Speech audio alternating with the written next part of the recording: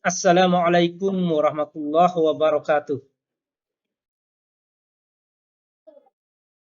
Anak didikku sekalian yang berbahagia, di kesempatan yang berbahagia ini, Pak Guru ingin mengajak sama-sama kita mempelajari materi kita di kesempatan ini tentang kisah teladan sahabat Abu Bakar Siddiq. Apa saja yang kita pelajari di kesempatan ini? Yang kita pelajari adalah kepribadian Abu Bakar Siddiq, kemudian perjuangannya dia menjadi khalifah. Ada dua poin penting ini yang anak didikku sekalian harus menyimak secara saksama untuk sama-sama kita membedah secara mendalam, secara utuh dua komponen materi ini. Nah, memahami kepribadian dan perjuangannya menjadi khalifah. Nah, lihat sama-sama di hadapan kita. Ini kepribadian Abu Bakar Siddiq. Pak Guru ingin jelaskan sedikit. Abu Bakar dia lahir tahun 573 Masehi. 3 tahun lebih muda dari Nabi. Nama aslinya Abdullah ibnu Abi Kuhafa. Sebelum masuk Islam dia bernama Abdul Ka'bah. Ia lebih tenar dipanggil Abu Bakar, artinya pelopor di pagi hari. Karena ia orang dewasa laki-laki yang pertama kali masuk Islam. Abu Bakar juga mendapat gelar kehormatan di belakang namanya, yakni gelar As-Siddiq, yang berarti orang yang jujur, benar, atau orang yang membenarkan Rasulullah, terutama ketika peristiwa Isra Miraj. Peristiwa Isra Miraj ini Abu Bakar salah satu sahabat yang pertama membenarkannya. Nah, sebelum masuk Islam, beliau beraktivitas menjadi seorang pedagang sukses, tekun dan rajin, termasuk saudagar kaya di kota Mekah waktu itu. Namun setelah masuk Islam, harta semua dia dermakan untuk kepentingan agama Islam. Dia cinta terhadap Islam sehingga kosong hartanya itu hanya untuk kepentingan Islam. Ia juga jujur, ia juga cerdas, ia juga penyayang dan juga santun. Ketika dia masuk Islam pertama, dia dikategorikan menjadi as-sabiqunal awwalun, kelompok-kelompok pertama yang masuk Islam. Tapi ketika dia masuk Islam pertama, dia mampu mengajak Utsman bin Affan, kemudian Zubair bin Awam, kemudian Abdurrahman bin Auf, Sa'ad bin Abi Waqqas, dan Tolha bin Ubaidillah untuk masuk Islam. Selain daripada itu, beliau juga membebaskan Bilal bin Rabah, perbudakan oleh Umayyah bin Khalaf. Beliau yang bebaskan. Nah, Abu Bakar sangat cinta dan setia kepada Islam, bahkan Nabi Muhammad SAW.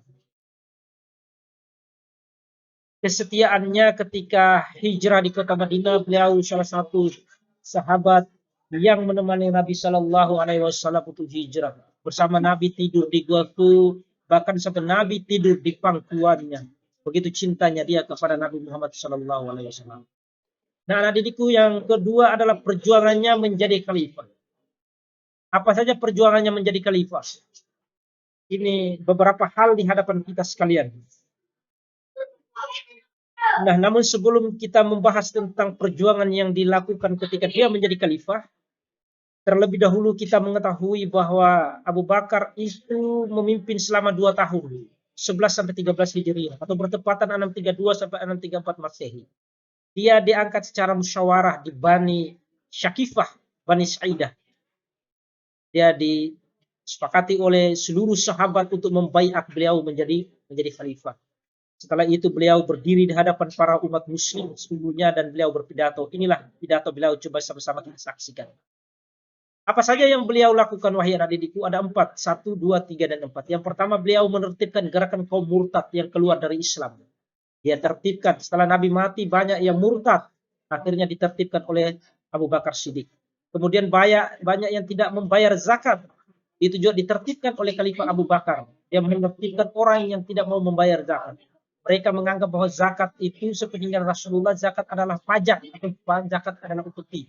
Padahal tidak. Di dalam Al-Quran jelas bahwa Allah menyuruh atau menyerukan agar kita mengeluarkan zakat sebagai bentuk untuk kita menyucikan jiwa kita.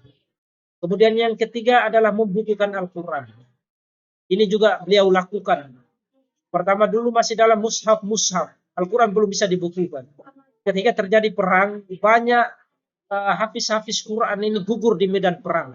Sehingga usul Umar bin Khattab, wahai Abu Bakar, Jika tidak saja Al-Quran ini kita bukukan, maka saya khawatir Al-Quran ini akan tercecer dan tercerai-berai. Usulan umat inilah kemudian disepakati atau disahuti oleh Abu Bakar sehingga mereka melakukan pembukuan Al-Quran. Kemudian yang keempat, mereka menumpas gerakan nabi palsu. Saat Abu Bakar dia tertibkan gerakan nabi palsu. Banyak orang yang mengaku nabi pasca nabi meninggal. Mereka datang mengakui nabi. Padahal sudah jelas bahwa tidak ada nabi setelah Nabi Muhammad SAW. Gerakan nabi palsu ini juga ditertibkan oleh Umar bin Khattab, oleh Abu Bakar Siddiq, dirantaskan semuanya oleh Abu Bakar Siddiq. Ini adalah 4 poin penting perjuangan beliau.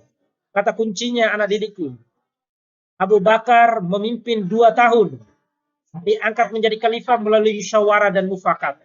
Ketika dia menjadi khalifah, ada 4 langkah yang dia lakukan. Yang pertama, menertibkan gerakan kaum murtad yang keluar dari Islam. Yang kedua, menertibkan orang yang tidak mau membayar zakat. Yang ketiga, dia membukukan Al-Quran. Dan yang keempat, menumpas gerakan nabi palsu. Ini adalah 4 jasa yang kemudian dilakukan oleh Khalifah Umar bin Khattab. Anak didik sekalian berbahagia. Mudah-mudahan materi pembelajaran singkat ini dapat dipahami dan kemudian mampu dikembangkan lagi oleh anak didikku sekalian. Barangkali hanya inilah saja yang Pak Guru sampaikan.